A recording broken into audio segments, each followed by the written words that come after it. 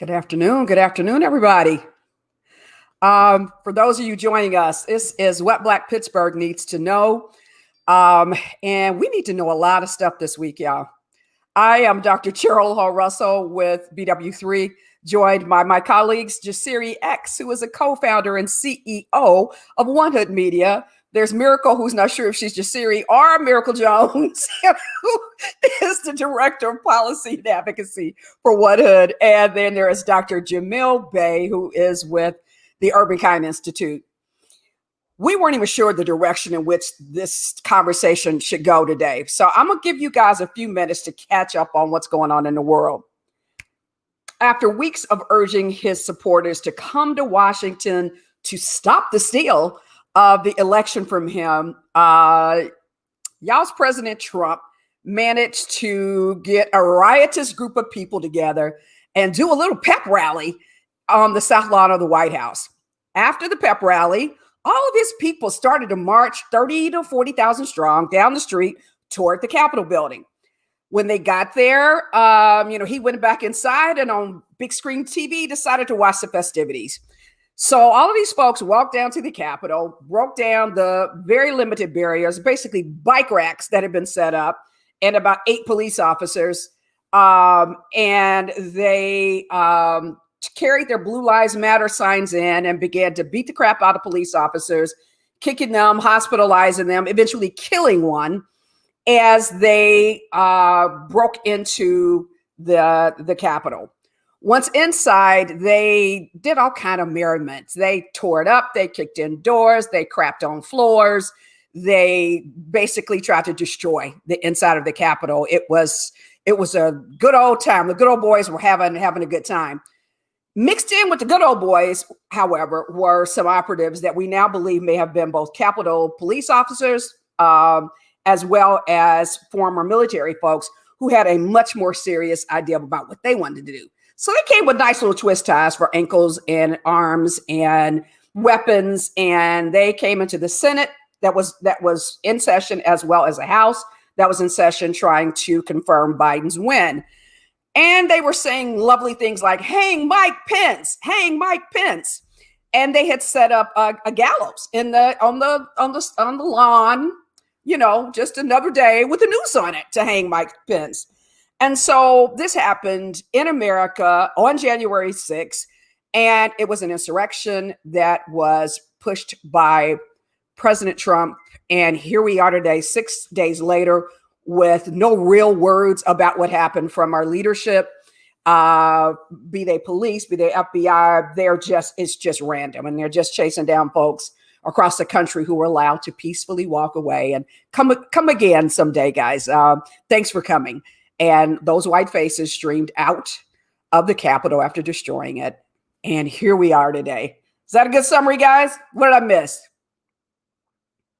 One thing I would just add to that is that 5 people died, 5 people were killed, including a Capitol police officer, and remember, we were in this kind of framework, this whole year that when we were protesting to get put for police accountability, that somehow we were anti-police, we were against the police. And so we said Black Lives Matter, and then the right wing said Blue Lives Matter. And I think one of the things that's important to note is this was, the side that claimed law and order. They claimed that they were on the side of police, that Blue Lives Matter. But we saw them fighting police, throwing things at police. There's some disturbing video of a police officer, a Capitol police officer, being pulled down, beaten with an American flag. We saw them chasing the black police. But then we also found out that a lot of the people that came there were also police. That there were many police officers that participated in that Capitol, riot, insurrection, that they were, people from all, CEOs that were there. It was people that came on private jets that were there. And I didn't hear that. Right. Oh, absolutely. And that, somebody mentioned people brought Confederate flags there. And so I think like the fact that people actually lost lives, people actually died, that has to be, somebody should be held accountable for these murders. And it doesn't This take is a a rocket capital scientist. murder. Absolutely. You kill a cop, it's a capital murder. Right. And then I think it's also important to note that this, the Capitol hasn't been breached since I want to say 1816 by Britain. And so the fact that, but there was also reports that came out that said, 2 Capitol police officers were suspended. One who actually, they said, put on a MAGA hat and began to guide people. Clyburn, who is a House representative from South Carolina, talked about he has 2 offices, one that it prominently displays his name, but the one that he does a lot of work in, it's hard to find, but somehow they found that office in minutes. Right. So I think that clearly there was something, nefarious taking place. You saw people with zip ties, you saw people with weapons, there were bombs also. I think that's important to note. One man had Molotov cocktails. There were pipe bombs. They said they were working pipe bombs that were there. So this wasn't, I don't remember any. I was in, a lot of protests, and I know Miracle's in a lot of protests this summer. Wasn't no Molotov cocktails. One no pipe bombs. Antifa hadn't behaved in this manner, which of course. Oh, let's add that. So in the true way of always taking responsibility for their actions, now they're all coming out and saying, literally, some of them have said it was Black Lives Matter people and Antifa who did all this. It was not their good old boys that they called from all over the country to come in. There was a second officer that went home and committed suicide a couple of days ago as well. Sure. And they don't know how that was connected. Those bombs that were planted, one was outside the DNC and one was outside the GOP committee offices. And both could have done major damage. So here we are with the news spending a lot of time making the comparisons between how Black Lives Matter folks have been treated versus, and the starkness of it. And that's the scary thing about the times we're living in right now. Black is white, white is black. There is just no ownership of behaviors. There is complete denial of what you see with your own eyes. And this has put Black folks in some pretty scary situations. They fighting each other right now, but they're mad at us because it's Black folks that went to the polls, and God knows how many numbers, our numbers were fantastic, and we made a difference in that election. And if you look around, they're actually pointing at some cities with large Black populations as the places they really want to go and mess up. And Allegheny County, because we came through with those late votes. Right. And I think and I want to hear from definitely Miracle and Jamil, but I do think it is important to note off top that they are saying that there's going to be more violence. Yes. That they're saying that there were groups that already said they were coming back to Washington, D.C. Between the 16th and the 20th, which is the inauguration. They said that there were violence. I read an article that said there was violence planned in all 50 states. Yep. And, when that initial report about more violence came out, it specifically mentioned Pittsburgh, which has a large number of white supremacist militia groups here. We have a large number of neo-Nazis here. The FBI just came out and said Pittsburgh, not the rural places outside. Pittsburgh, the city, is a hotbed of white supremacist organizing. And so I do think it's important for us as Black people, particularly, those of us that have been, visible in terms of pushing back on this white supremacist agenda and narrative, to be mindful about the time, to be careful about where we go, what we're doing, to make sure that our homes and our families are protected, because we don't know where this is going. I mean, if these people are comfortable enough running up in the U.S. Capitol, where they knew that there were going to be police there, how more comfortable would they be possibly trying to run up on us? And so I do just want to say to our community, and specifically to our community of activists here in Pittsburgh that have put in a lot of work in the summer that much needed work, that have put their bodies on the line, to just be mindful, to be careful, and to begin to think about safety first, over these next few weeks. So do you have the handbook on Civil War, Dr. Bey? Kwame Nkrumah's book, The Handbook on Revolutionary Warfare. I have a copy of it that I can dust that out and kind of give us a primer right now? You need to scan that and send it out to us. Lord have mercy. Kwame Nkrumah was the author. But I said, when you watch this stuff play out live on TV, and from here, it's on CNN and MSNBC as it's happening, and folks here were like, whoa, look at that. I don't think there were too many Black Americans that watched that and were surprised. I think it's like, oh shit, look at what they're doing. Oh shit, look at what they can. But it's not like this was a moment in time, but this was not this was not the big picture of what they're doing. This is, just go back and look at the history of right-wing terrorism in the United States. And look at the buildup. These are the same folks who went to Michigan to kidnap the governor, and the FBI and the other military apparatus, the law enforcement. Oh shit! Look at what's happening. No action, no significant action in Congress, no significant action anywhere in law enforcement to put a stop to that. Right. These are the same folks who showed up armed and ready to go at the city county building in Pittsburgh when Peduto's police stood down and let them have their way. And they took over downtown with no police presence.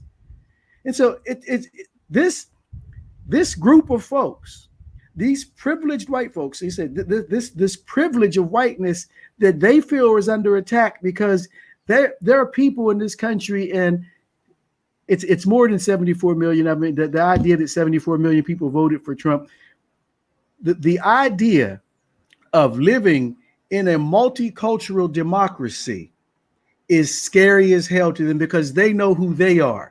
They know their history. They know what they've done. They know what they've taken. And so the idea of thinking about, well, what does it mean now when you have to share political power with the people who you've had your foot on their neck for the last 400 years, the people who you shat upon the world who are here now living in your country? How do you, in your own imagination, think about what a multicultural democracy is? And people aren't ready to have that. And we don't have the kind of leadership in place, even this, thank goodness Trump's out, but don't think that removing Trump gets us where we need to be. That kind of helps us. We've not had that truth and reconciliation. And so these folks have never taken responsibility for their institutions and structures that allow this kind of stuff to go on.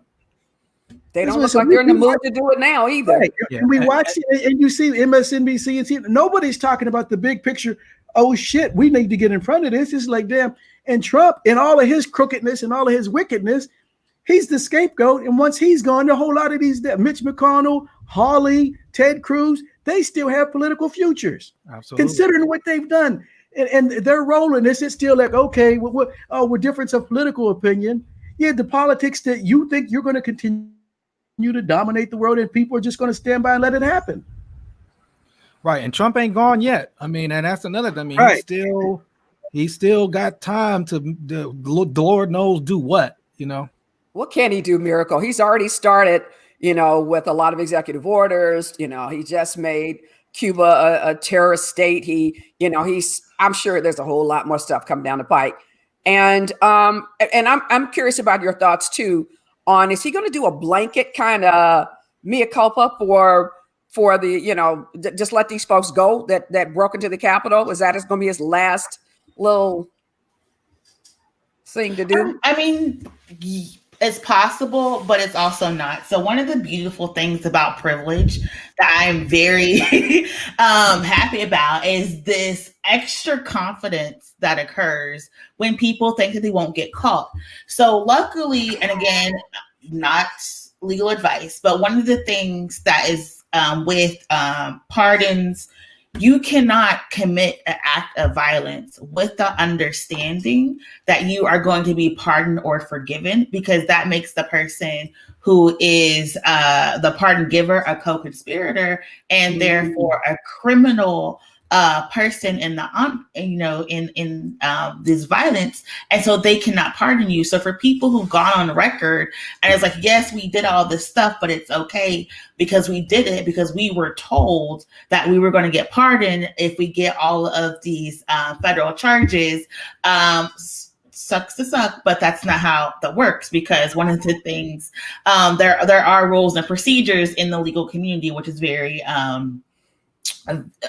it takes forever for the legal community to do its own reckoning, but this has been too far for many in the legal community. But I also want to point out, Black people were not surprised by last week. What we were surprised was just the unmitigated gall of these officers to not have any restraints in the ways that they just they opened the gates, they opened the doors, they took people to various offices, they took pictures with MAGA hats on. They took their own hats off and put on MAGA hats. We're high-fiving, turning, and it was just like, oh, so y'all don't even care anymore. Like, you don't even have the ability to like pretend, not even a warning, not even a dispersal order, not even a call for help. We have the Muriel who allowed people to get tear gassed on Black Lives Matter Avenue was even saying, hey, I was on the call for an hour and a half to trying to get the National Guard to come. And so for many of us, it was like being in like I said, the twilight zone, because we're like, they're hitting cops. They're pushing cops down. They're scaling. They brought, now, if you remember a couple years ago here in Pittsburgh, they said people wearing a black hoodie, they charged them with having an instrument of a crime for wearing a black hoodie. These people have ladders. They have things to scale walls, to hammers, and all types of tools to break down. They built the gallows. That right there, Dr. Bey. They built a gallows. They built a gallows, y'all. They had tools. They were over here. I was like, where did this stuff come from? Yeah. And no tear gas, no whistles, no LRAD devices. Well, they had tear gas, but they were spraying cops with it. No cops, no bike cops, no cops on horses.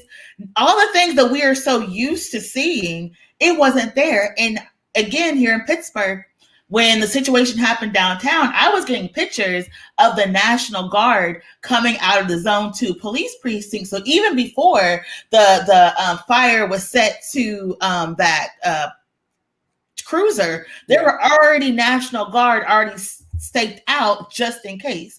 So you mean to tell me people have been tweeting and talking about a revolution is coming on the 6th and nobody? Like, not even a little bullhorn guy was there. Like, nobody was there. 90 minutes in, they ain't returning phone calls. Head of defense, Trump's office, his VPs in the basement going, bro, send some people. People stopped calling Trump. They started going to Pence's private line and his cell phone to get some other folks in. But one of the articles talked about when Muriel, the mayor of DC, when they tried to set up some stuff earlier, they were rejected because they said, it is really not a good look to have on riot uniforms when people are coming to complain about, something in the government. We just don't like the look of the whole full riot gear and the guns and all of that. So, we'll send somebody if it gets a little, crazy. But right now, the 2 or 3 cops we got at the door should do it.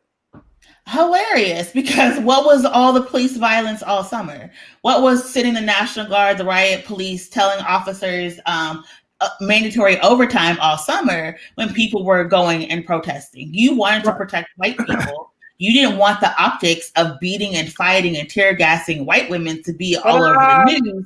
And so you let it go. On top of that, we have to be mindful that the Trump administration has not allowed the Biden administration access to security briefings. And so even to know about what this possible coup from these military, from these Capitol Police, from even various National Guardsmen, no one really knows what's going on. So that is like another layer of like protection that white supremacy is doing right now. And just for me, to looking at these videos, and I want every Black police officer to quit already, but in the Capitol Absolutely. Police. But the fact that there was the Black officers, and BuzzFeed has the article that they were enduring hate crimes, they were enduring hate speech, they were calling everything for a child of God, and it happened to be up to one Black officer who was by himself to protect the Senate.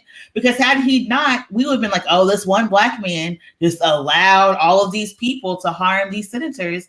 And it's been absolutely egregious the way that this has played out, the way these people have not even been called terrorists. And more angry to me is the fact that all of these white liberals and progressives have gone on and talking about, we just need to understand peoples are upset. We don't need to call them terrorists. We don't need to call them insurrectionists. We just need to sit there and worry about state violence and worry about surveillance. Meanwhile, Black people have been surveilled.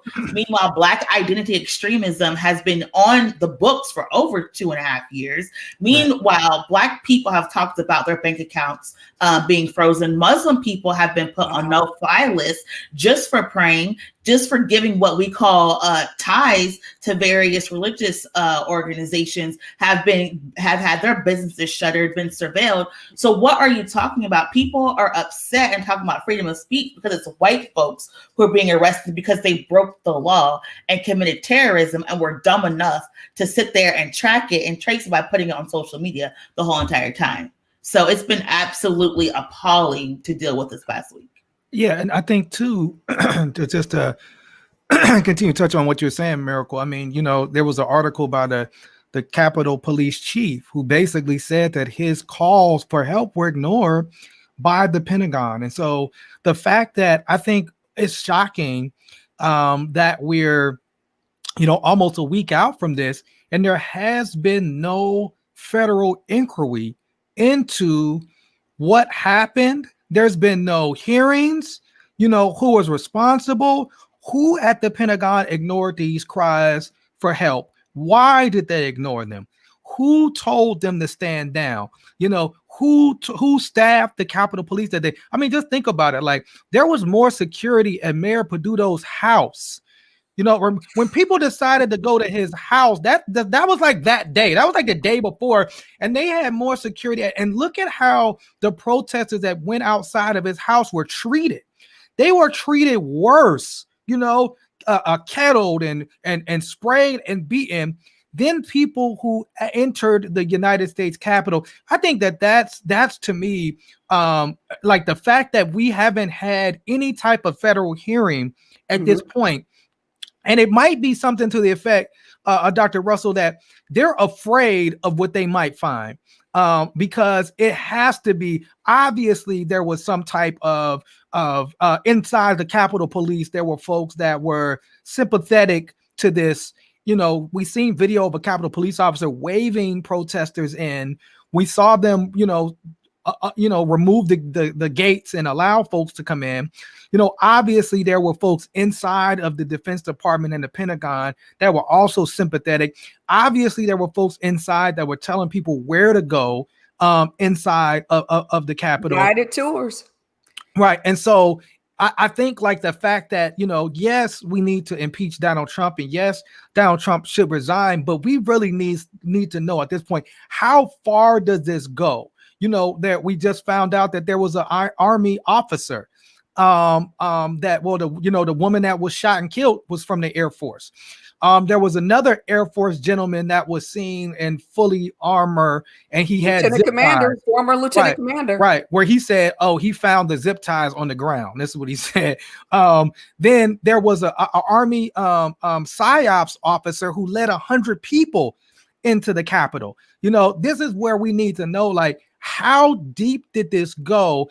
And who is investigating, and why haven't we had when Benghazi happened and 4 American people died? I want to say they had over 20 hearings. We need hearings now. We need people under subpoena to be testified. And I think also, Cori Bush put out a legislation to remove these members of Congress and Senate that supported this activity. And there were many of them. The New York Times posted the 147, I believe, Republican Congress people that voted against the election. All of these people with this rhetoric. Clarence Thomas's wife, who I didn't hear this. Clarence Thomas's wife paid for 70 buses. I thought that was Trump's wife. It was Clarence Thomas's wife. Thomas's wife. She, paid for 70 buses. And so people are looking and saying, should Clarence Thomas continue to occupy the Supreme Court justice seat? There was another guy, and I believe it's Red State, and I'll get the information. He tweeted that he provided 80 buses and then deleted his tweet. You know what I'm saying? And so there's also Trump deleted his tweet where he said, "Be there, it'll be wild, be there," January 6th. And so the fact, and I think what's happening is, if we don't, one, get to the bottom of this, and if people are not held accountable for this, then you're asking for more violence. You know what I'm saying? You're asking for more violence. And so that's what I find most interesting about where we are right now. So when we start to talk about not being surprised as Black people, here's what we're not surprised about. We're not surprised that with white folks who have been able to break the law to the extent that they have, that they were able to, he's been saying since day one, before he came in, we are clear about what Trump has been saying. I think there are times when white liberals hear it and they were so quick to excuse him for so long. This is just, saber rattling. This was just, he's not really. And then we have had his interpreters now for 4 years saying he's really not that serious. We've been saying that. We are the people who sat on the knees of grandparents who have been attacked by domestic terrorists. They're just plain garden variety terrorists, y'all. Domesticating them does not make them nicer. So, we have gone generations of listening to these stories from my parents and grandparents and great grandparents. And so we know the capacity for that kind of just running folks over. And we know we're often the ones being on the other end chased by it. So no, we're not surprised by that. Now, what we are surprised about is some of the things that Jasiri was saying. Where are the hearings? Where are the, because I think the confusion is you got the president leading an insurrection. You now have been infiltrated, the Capitol Police. My uncle was the first Black Capitol Police officer. He is turning in his grave somewhere knowing that. They've been infiltrated, the Army. They don't even know who to look at. I think they're running around in circles because they don't know who was involved and who isn't. And there's no push by this administration to be held accountable. So they're going to chill out as evidence just streams out across this nation and this world. So I think that the vulnerability is in these structures. Obviously, as these were not meant to protect us. These were not meant to protect these institutions, apparently. I mean, so where you are with Mitch McConnell still being, until the inauguration and the official change, he's still in charge. He's on the same side as what, Trump and these folks. They've never separated themselves from that. And so who would call for the investigations? Who has the legal authority? So the FBI and the New York Police Department, and the New York Police Department, for folks who may not know, they have, unlike any other domestic police department, they have surveillance around folks of interest to them around the world. Mm-hmm. They have tentacles. They put out a report and they warned 50 different police departments about what was going to happen on this date, including the Capitol Police and all of the DC area police. The Pittsburgh police were included on that. The FBI issued warnings. They knew this was happening. The FBI said that they went and visited some of the known rabble rousers and said, we don't want to see you in DC on this day. But they knew that something was going down. And so when you see all of these things happen and you start to look at, the accountability in this institution, in this structures, I mean, it's exposed. It's vulnerable. What happens in the next couple of months is going to be crucial. But the idea and the fact that what we saw and what we are not still hearing about, this was an attempt to overthrow the government of the United States. Senators Hawley, Cruz, and then a couple of them backed off. Donald Trump, they all had a role in this, and at least in fueling what was happening. They all had to have a sense of the potential for what was going on here. So that happened. They still have a political future, but then there's this Republican Party, and these Republican parties. Okay, well, what's the future of the party? Where do we fit in? You are still willing to party with people who deliberately attempted to overthrow the government.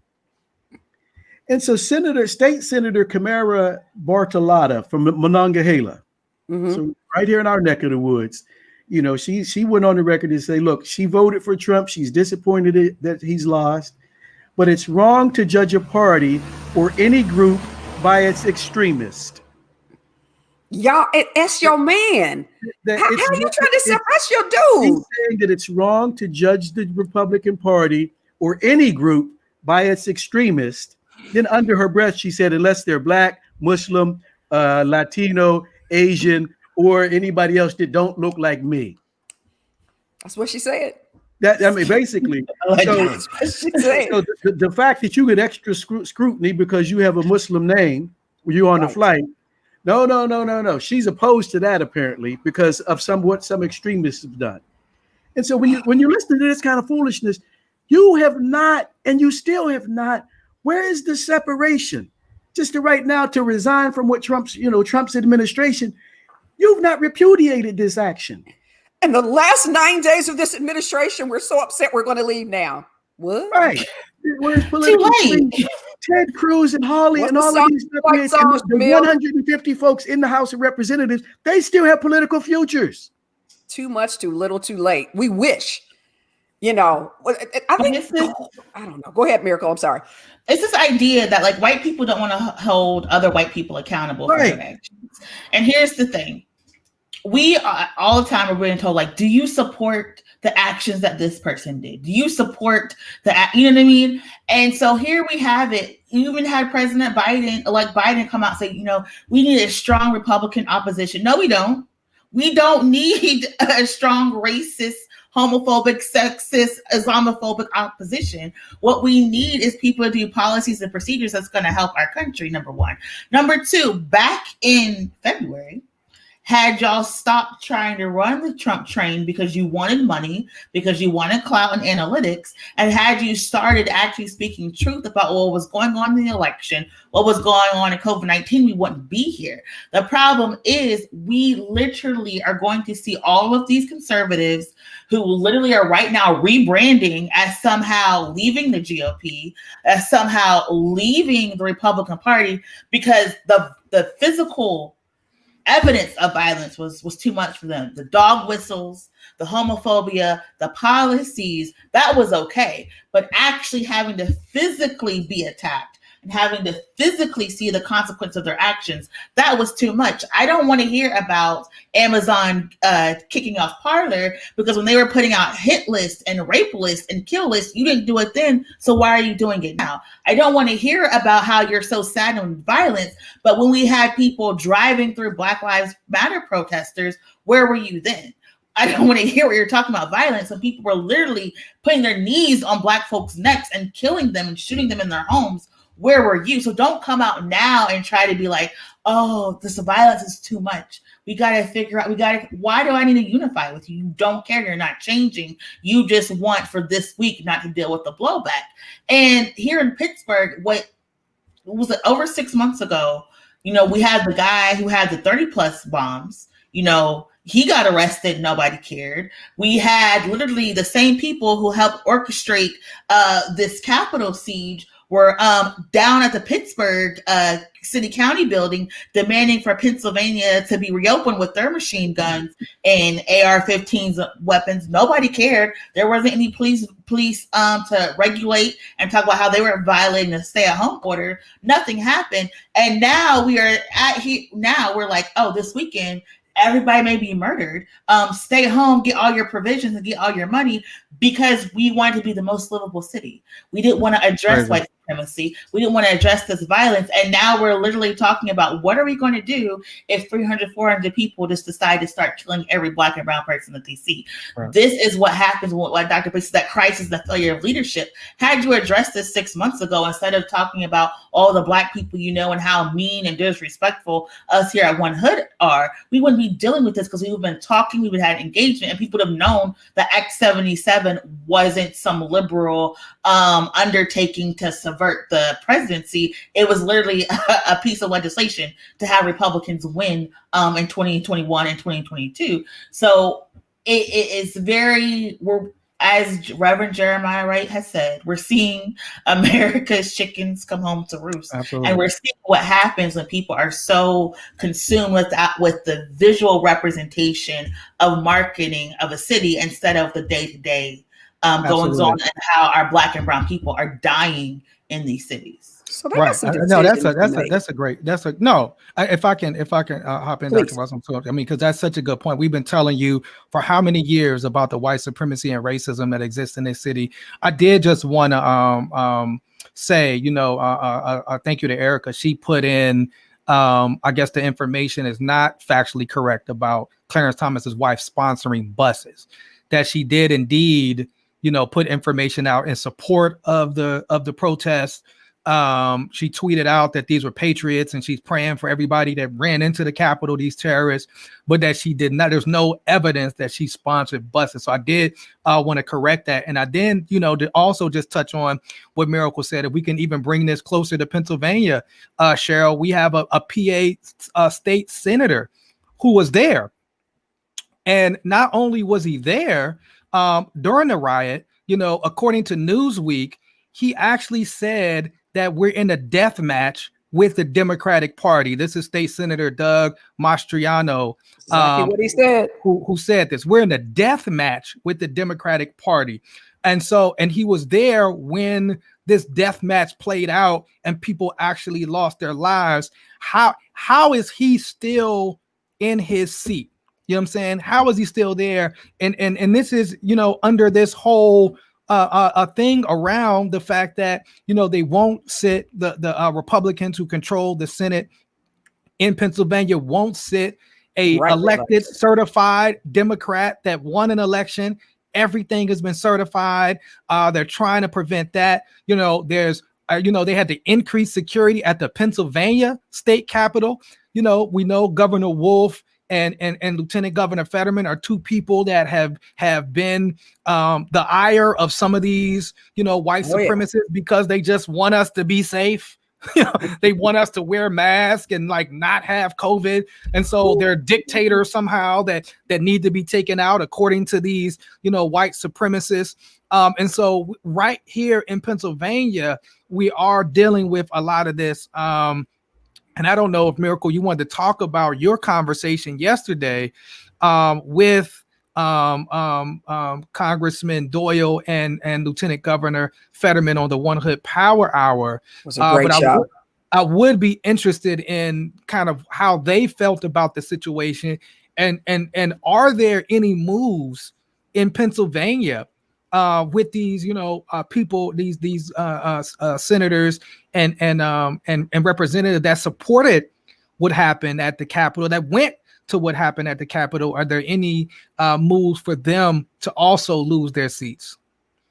Yes. So like Jasiri was saying, last night at the One Hood Power Hour, we had Congressman Doyle and Lieutenant Governor John Fetterman joining us. And Congressman Doyle was very upfront with saying the police were involved in what happened at the Capitol, that there's ongoing investigations. It's going to take a minute for them to happen. But he was very clear about, what happened being an insurrection and being involved with other police officers.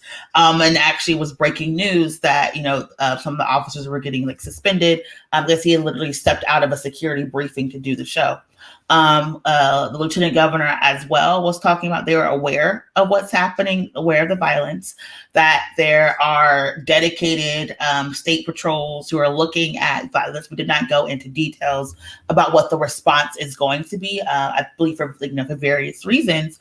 But everyone is aware of the threats that are happening on social media. They're aware that Pittsburgh is one of the targets, one of the largest, most organized white supremacist groups is founded and operating right in the Pittsburgh area. We have to remember Dulaine Cameron was murdered on the north side in a hate crime. We have to remember what happened at the Avalon. We have to remember what happened at the Tree of Life. We also have to remember that there have been people who have said, even in the Strip District, they were jumped by random white supremacist organizations. There have been people who said in Lawrenceville that there are white supremacist organizations who have been flyering. And even on the south side, there are accused, white supremacist biker gangs who have been accused of causing all type of chaos and destruction. So we know that white supremacy is alive and well and thriving in Pittsburgh. It just has not caught on continued attention. And so what's going on this weekend is they said they are aware and they're monitoring the situations. There has not been a stay-at-home or a shutdown order. There has not been a conversation about using the emergency alert system publicly, I should say. And so really, people just are going to have to support each other, look out for each other, remind what we said during this whole entire COVID-19 pandemic, it's Black and brown people who are required to go to work, who are required to work these stores and these restaurants, so who are going to be forced to leave their homes during this quote unquote second wave of white supremacist violence.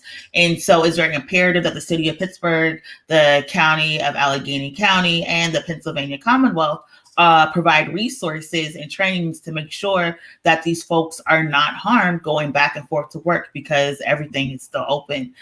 In addition, we know that the elections crisis is still going on and people still have some questions about what happened. But we need to be honest. Most people know this election was not stolen. Most people know that the election was not hacked. They just want an excuse to be violent. They want an excuse for their white supremacy.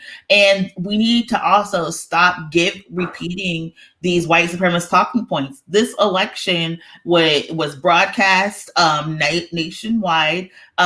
There were all the election hearings were reported, were live streamed. They told you about the ballot counts every week, sometimes every night. They told you how many people were registered. All this data is out there. People didn't even understand Pittsburgh and Allegheny County are not the same. And we're literally saying, oh, look, there's voter fraud in Pittsburgh because they were using the Allegheny County numbers and then putting them to Pittsburgh residents. So we need to understand that these people are intentionally lying, and it's not misinformation. It's a pretext for white supremacist violence. None of these elections were stolen. Act 77 in Pennsylvania was a Republican bill. In Arizona, the most people who registered were Republicans, and they voted for Biden because they were tired of Trump. And because of Project Lincoln spending millions of dollars and telling Republicans to vote for Biden and vote for Republicans down ballot. So there is no fear about this election being stolen. There is no fear about the wrong person being in office. What we're seeing is white supremacist violence on steroids, because they know that come next year, they're not going to be able to be as free as they have been these past 4 years, because once again, they're going to have to be responsible and accountable for their actions. And that is the truth. Will they? I mean, I as we look at this democracy that we thought I think Kamala the cop is going to come back. You think what? I think Kamala the cop is going to come back. I think we need Kamala the cop, right? Y'all thought that was a bad choice. We need her cracking some heads right now. I'm sorry. Democracy is an eggshell, man. It is so fragile. This thing that we are so believing in and we watch so much TV about, it is fragile as hell. And what we're seeing is if the right folks don't get their way, they're willing to completely throw this thing into a dictatorship. So that this waving of the flag of democracy, the United States, they don't believe in any of that shit. They believe in white supremacy. That is their strongest belief. It has nothing to do with the flag or the anointing of anything. It is white supremacy and domination. That is the strongest American value, and we are watching it play out. Right. And watching the revolution. I mean, and we're right. It be, a lot of it is because it's like we were considered 3/5, and it's like the fact that like the black vote holds the same weight as the white vote. And you touched on it earlier, Dr. Russell, that it was the black vote in places like Detroit, Atlanta, Philadelphia, that took Biden and Harris over the edge. It was the black vote in Fulton County that took Ossoff and Warnock over the edge. And so it's really this idea of like, how dare, so it has to be cheating. It has to be fraud because, this is their country. And they really went in there like saying like, no, this is my country. How dare you as police support them people? That piece right there. They were so angry at cops who were actually stopping them. Did you hear them? You're supposed to, how many videos have we seen? You're supposed to be shooting or stopping Black Lives Matter people. Yeah, that was right. I'm white. How dare you stop me? The guy that were breaching the window of the Senate chambers. That's all they were talking about. Their fury when white cops tried to stop them. You are people. We stood for you. So the police got some explaining. They have put themselves in a predicament. All these FOPs across the country who were yay rah Trump, and Republicans, and they voted for him, now are jammed up because now they realize these people are really not Blue Lives Matter. As long as they were personal racist concierges, you were fine. But now that you have to actually uphold the law, they don't want no parts of you, and we're willing to kill you. So now what you gonna do? It's a whole lot of reckoning going on right now in this country. What's next, Dr. Bey, when we start talking about, because if and mentally, if we stay here too long, first of all, we got to stay safe this weekend and in the weekends to come. Get your safety plan in place. I know I put one in place for my home, for my family, and make sure that you got somewhere to go if things and where you are getting a little crazy. So I'm warning all Black folks in this city, get your plans in place about how you're going to handle things if they start to increase and go a little crazy. How are we looking at this policy-wise past the craziness, Dr. Bey? Is there any opportunity in the madness? Minus leadership, no. I think if we go back to Miracle's point was spot on. That there's a narrative out there that's like that talks about how fragile this whole the democracy is. That they were able to whip up these folks and around this frenzy, around a lie, something that didn't even happen, to steal the election lie. And it's like, these people didn't believe that. They don't believe the election was stolen. These aren't stupid people. Hawley, he's a Stanford grad, a Yale grad, or wherever the hell he went. Yeah. These are Harvard. Not dummies. Right. These are not stupid people. These are opportunistic people who are looking, how can we manipulate this and use this as our excuse? Use this moment to take this energy to do something while we have a support of, Trump and leadership. How do we reaffirm these white supremacist institutions? The threat to them is, as we were sort of saying, what does a multicultural democracy look like when you've had all of these privilege and entitlements that your whiteness has given you? And now these things are being called into question. What do you mean the police can arrest a white woman for beating up a kid and taking his phone from her? Right. Like where is the world going to? All of these things that are, from their perspective, up is down, in is out. This makes no sense. And so if we're really thinking about a Black woman as a vice president, there was just a Black president. This is not, they're afraid. But then when you see where part that makes me pessimistic, MSNBC and CNN, they're still trying to explain and understand these fragile egos. Oh, and what are these poor white men really feeling? Let's understand their perspective. Let's try to humanize it. Well, they have some legitimate concerns and, they're just protesting and expressing themselves. Fuck that. Your concerns are that your whiteness that your white privilege is threatened. And that's the conversation that I need to hear Rachel Maddow and who's that other, Anderson Cooper, and that's the conversation that we really need to have. If you're the Truth and Reconciliation, you never and acknowledge the harm that you've done for the millions of people here that you enslaved, that you stepped on. You took your privilege and you stood it. You built an empire. You established all these institutions to maintain it. You use that as a control mechanism to keep these populations in control. That's why the police show up at the mayor's house and not when the white supremacists are coming to storm the city county building. All of these things. This is a false, oh, it's Trump, Trump, Trump. This is not Trump. Yep. This is white supremacy. You know, all of the stuff that Trump stoked. Yeah, that he did some stoking, but all this shit was there and it's still there. And it's all over Pittsburgh. It's all over Allegheny County and DeKalb County and every other county. We have to have that reconciliation and some leadership that's bold enough to say, you know what, here's the moment. Here's how we have to fix this. Not just, okay, the truth, you know, what happened? Why did the police stand down? Yeah, that needs to come to light, but it's going to be connected back to, because those folks who made those decisions were really threatened by this black woman, you know, who's the vice president now and who's not acting like Clarence Thomas.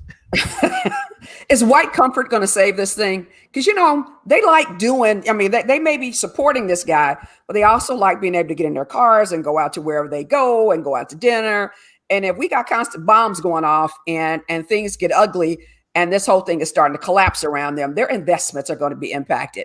Is that what's going to finally stop this train? Inconvenience? Yeah, because I've seen a lot of people, and we've had even conversations with some politicians who said, you know, I can't talk to my granddaughter won't talk to me. My niece is like upset with me. So I think a lot of it is people are willing to have the conversation, but also some white folk are just embarrassed. Like I saw people who like saw their family members at the Capitol and were just downright embarrassed and was like, enough is enough. Like a lot of people have talked about how Fox News and has literally indoctrinated their family members, and therefore, you know, they're wanting to have these conversations about reconciliation now. But on top of that, we've seen with Kenosha that white people are willing to kill other white people. So I don't know if it's necessarily white comfort or white fear that's going to be the change. But I think that this feeling that we're all having, this is the first time I've ever had this conversation with other white folks about like, what are we going to do this weekend? What is it? I've never had that conversation with white people. Be like, do you think we're going to be alive next week? And so I think this feeling is what's going to be motivating them to change. The struggle is going to be for them to remember this in 6 months and a year and a half, and to keep doing the work when it no longer gives them that warm and fuzzy feeling, and they're really going to have to rectify. Because at the end of the day, what happened at the Capitol was white privilege. It showed you that you can literally kill a cop, that you can literally violate the Constitution, and a cop will walk you down the stairs. You'll go to prison, you'll go to jail. They'll give you an organic meal. They'll let you call your family members. They'll tell you have 2 weeks to turn yourself in. They'll do all this type of stuff. So that there's a privilege and a comfort that white supremacy gives. And if you are now willing to say, you know what, I don't want to deal with this, I'm willing to give that up, that's when we're going to be able to make changes. But right now, I think as Black and brown people, we're going to have to save ourselves and protect ourselves and hope that we have enough allies and accomplices who will deal with like their families and these power structures, so we can have this multicultural coalition that Dr. Bey speaks about. Yeah. You know, Dr. Russell, I'm more pessimistic. I actually think that, the guy who stole the podium, he's out of jail already. We haven't. Who's been really held accountable for what happened? And I think like it wasn't enough. I mean, to me, it wasn't enough like death really to move. As crazy as that sounds. No, I absolutely. As crazy as that sounds, it was like did they have to set the whole building on fire? Like it wasn't a big enough moment. Even as think about how mind-blowing what just went down, and not to Black people. Like, we one thing Black people know is white violence, and one thing we know is that white folks get desperate when they feel like they're losing control of the power. They get violent. Like we've known that our whole lives, you know what I'm saying? Like, as Black people, but I just don't think like nothing has changed. I mean, we had a Capitol storming where 5 people died, including a police officer, and nothing has changed. No senators have been forced to resign. No people have really done, like you said, my man's getting organic meals. And then this is, I look at, to bring it to Pittsburgh, in the midst of this, you had this story that came out that basically, our Attorney General Zapala, our District Attorney Zapala, basically saying that they're going to retroactively charge Pittsburgh protesters, and that he was doing that at the behest of Mayor Peduto. Then Mayor Peduto comes out and say that's a lie. This is a political hit. So you literally have these two, like in the midst of when we should be talking about that truth and reconciliation that we're saying, when we should be talking about how we're going to move forward and change. White people should be having this conversation amongst themselves. Here you have 2 of the most powerful political figures in Allegheny County having like some public political fight, but it involves us. Like it's a fight where protesters, black people, brown people, allies that came out during that demonstration, possible charges or livelihood is on the line. Who decides to do this right now? You know what I'm saying? And so like whoever's responsible, you know what I'm saying? It's just like the fact that, so I don't see that like, what are we going to do that moment? I mean, we've always seen it. We have allies that we've been working with and folks that have been doing the work, and shout out to them white allies, shout out to the ones that were doing the work before George Floyd, but also shout out to the ones that after George Floyd began to take it more seriously. But I just haven't seen that, come to Jesus moment amongst white people as a whole yet. Not enough that I feel like it's going to be a change, because if folks didn't mobilize, like Trump is still president and he came out today talking shit. Yeah, he made a statement basically saying, if you're going to impeach me, that's dangerous because people are angry. This is some gangster mafia type language. This is a threat. You know what I'm saying? Like right after what we saw happen at the Capitol, when Trump comes out and says to impeach me is dangerous because people are angry, we should take that as a threat of more violence. And the fact that somebody ain't run up there and put this man in handcuffs yet is so we're not there. And, I would say like to my people, black people, brown people, allies, protect yourselves. Protect yourselves. And I saw a message from Celeste Taylor early on, a comment about, are we planning? I know I've seen some people planning. I wouldn't publicly put those people out planning about protecting our communities and protecting ourselves, but there is some of that planning going on. We got to look for ourselves. We got to protect ourselves and one another. I would say the same thing to to the Jewish community, the Muslim community, the LGBTQIA community. Like we got to protect ourselves. You know what I'm saying? At this point, there seems to be no limit. Right. And white folks, like, y'all got to get your people. I saw, a white girl who turned her mom in. She was like, this is my mom. You know what I'm saying? And her talked about her mom preventing her from going to BLM protests. Like, that's the type of energy we need.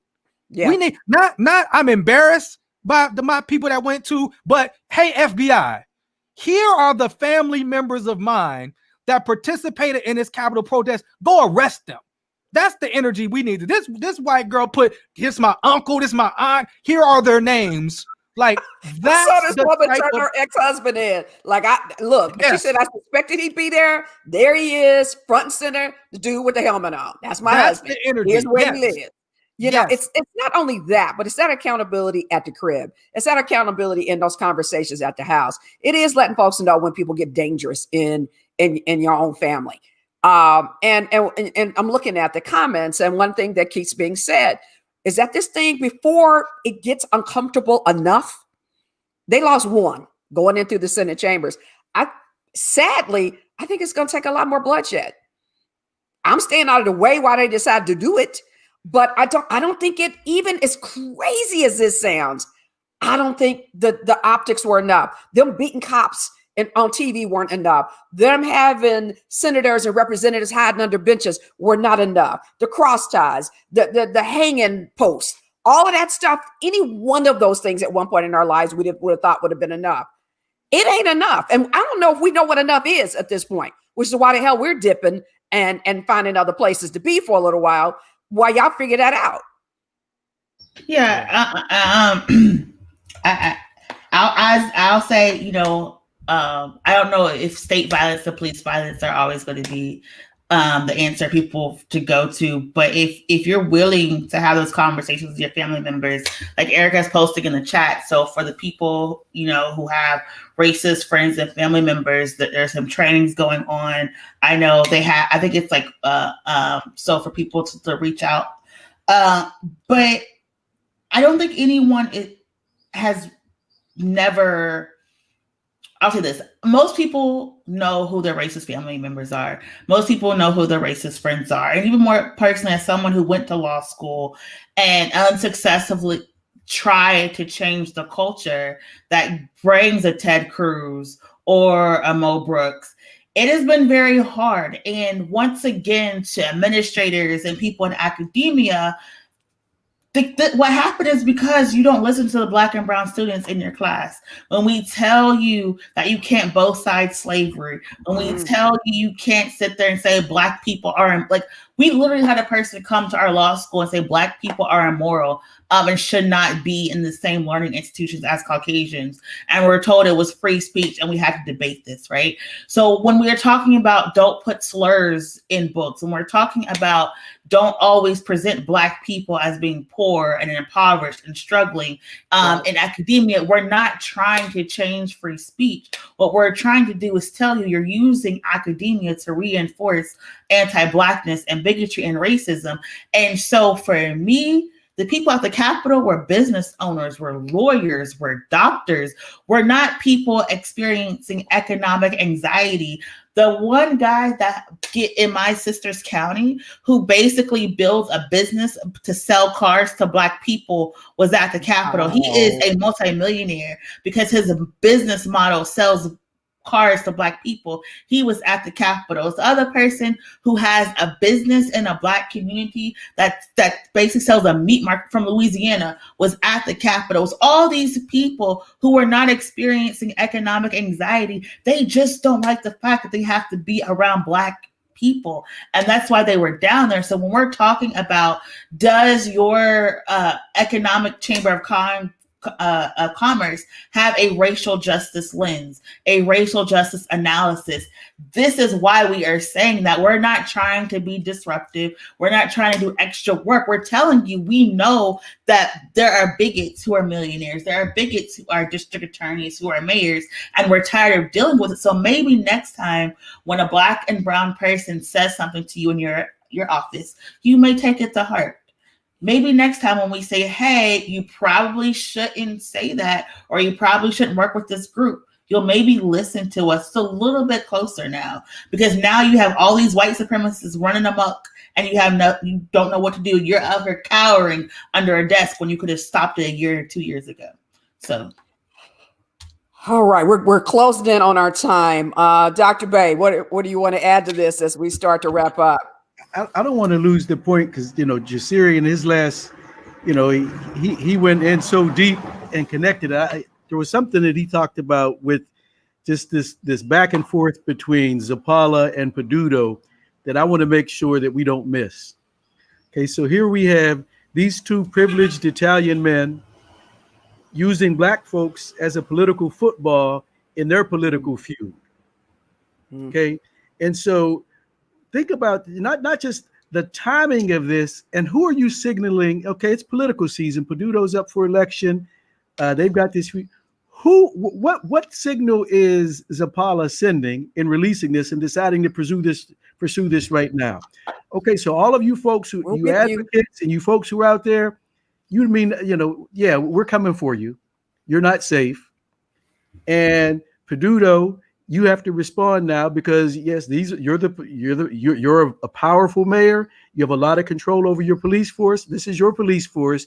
You have to defend this now, and you two go fight. Meanwhile, these folks, the people who have these charges now, are in the middle. There's some signaling going on here that we don't want to miss. Make sure we're looking at that and think. Let's use that to think about that. Where do we stand in this? What are they telling us? We know we don't matter to Zapala. We know how dependent and supportive Peduto is of this heavy police presence and dominating the streets. And we know where we stand. So let's not get confused thinking that this is a Republican thing. This is a white supremacy thing.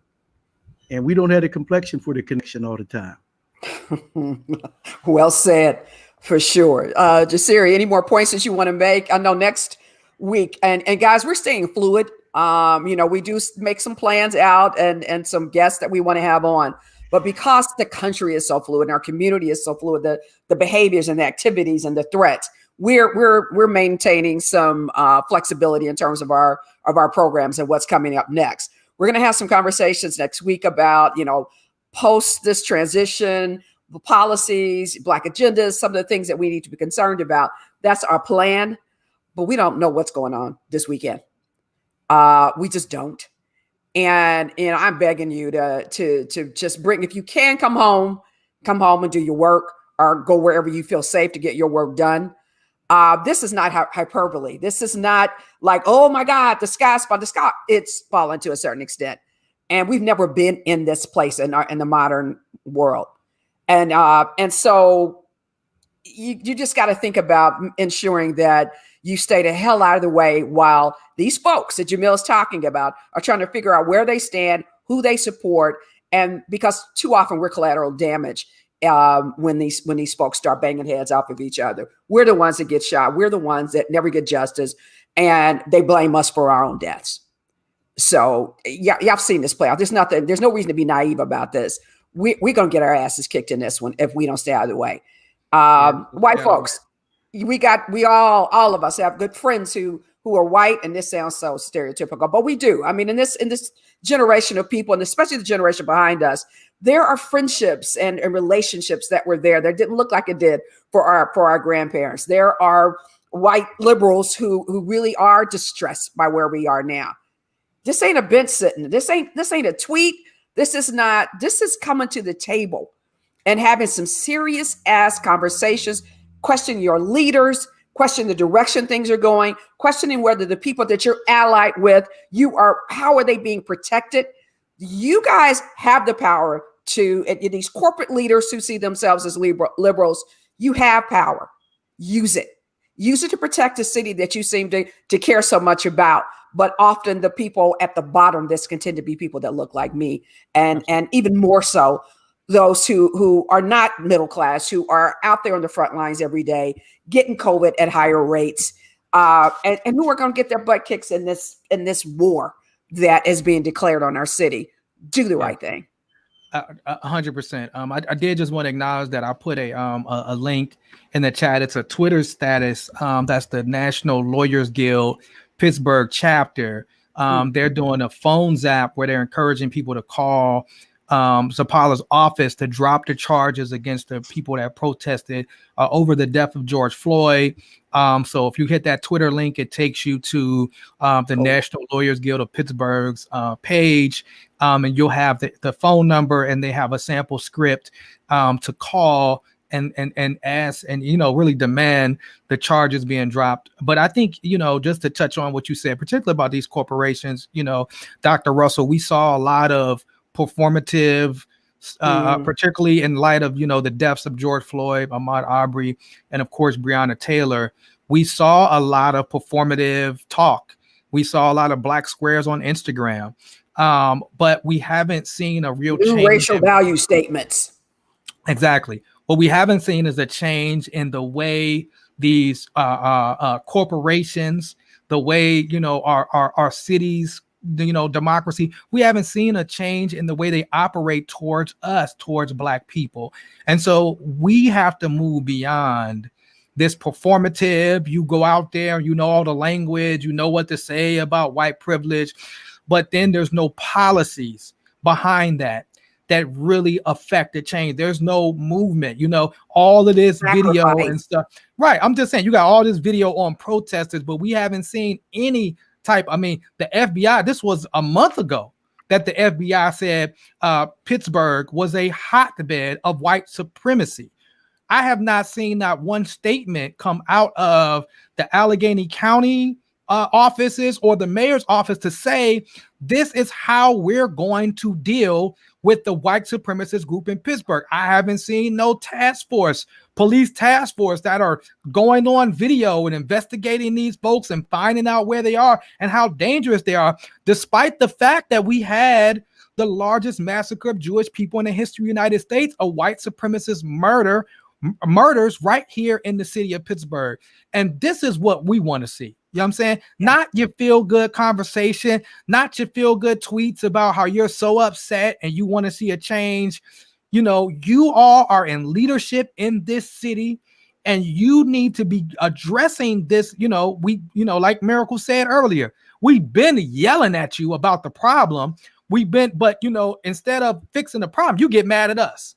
Yeah. You get mad at us because we're like, hey, you have a white supremacy blocking the traffic and stop bringing up race. Hey, you have a problem with the way you treat Black people in this city. Hey, this is because we announced this, you get mad at us, because we hold the mirror to you.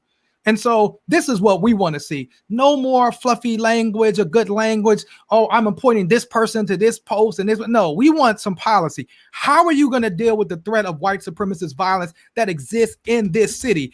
Has there been a conversation with the mayor and his chief of police? Has there been any type of intelligence collected? What is going to happen during these days coming up? And how are you going to protect the Black and brown people, the Muslim people, the Jewish people, the LGBTQIA people, and the allies here in Pittsburgh from being victims of this white supremacist violence? That's what we want to see. Call a press conference for that. And our Allegheny County chief, we do not feel safe in this region. Period. We do not feel safe. We're going to need to understand what you're doing to ensure that we are. And we're going to need to hear from a whole lot more people. We're going to need y'all's butts out here on this street now, fighting for all of us instead of just talking about it. Having a DEI statement is awesome. Actually doing the work is a hell of a lot better. So y'all about to see some stuff out here y'all didn't want to see. I probably thought you never would. I personally, it's stuff, the violence that I think at the level it may get is going to be stuff that's been unprecedented, I know, in my lifetime. And none of you want to see it. I'm not asking for it. I'm not wishing for it. The reality is we saw what we saw 6 days ago, and we're at risk of seeing this right downtown. So I'm hoping, I know y'all behind the scenes gathering to talk about, some safety measures, but that can't be just keeping, corporate downtown safe and government downtown safe. It has to be keeping this whole region safe and then putting policies in place that begin to change this thing. So, we're not going to stop talking about it. We're not going to stop pushing it. And, we'll be back next Tuesday at 2 to talk about, what those agendas look like. I don't know if you guys had anything else to say to wrap up. This has been a pretty serious show in a pretty serious time. Dr. Bey, you're getting a look at this from out of the country. I can imagine how crazy this country is looking right now. I've been on Clubhouse listening to people call in from all over the place like, yo, y'all need to get y'all shit together because when y'all fall apart, y'all wiping everybody else out with you. It's just encouraging bad behavior internationally. When we lose it, not in our lifetimes are we going to get it back. So that's where we are. Before we do close, let's give a shout out to Brandy Fisher and the Alliance for Police Accountability. The legislation that they've been working on, the no-knock warrants in Pittsburgh, they've gotten the city council to take that up. Lavelle and Burgess are pushing that. And so, that's at least it's in the discussion now. Somebody's taken at least the no-knock warrants as one of the things that, definitely needs to be removed. So, nice work, Brandy, and your advocacy, your hard work. That's appreciated. All of those who've been in this fight long before it got this crazy. We appreciate you. Hang in there as long as you can. We're going to need the numbers quadrupled by white folks doing the right thing. We cannot continue to have this mantle to try to change just with our voices. All right. We really appreciate everybody who joined us, today for What Black Pittsburgh Needs to Know. We will keep you informed on, these really kind of serious topics. We'll be back next Tuesday at 2:00. I don't know what's going to happen between then and now, but, hopefully no lives are lost in the process. We appreciate you. Take care. We'll see you next week.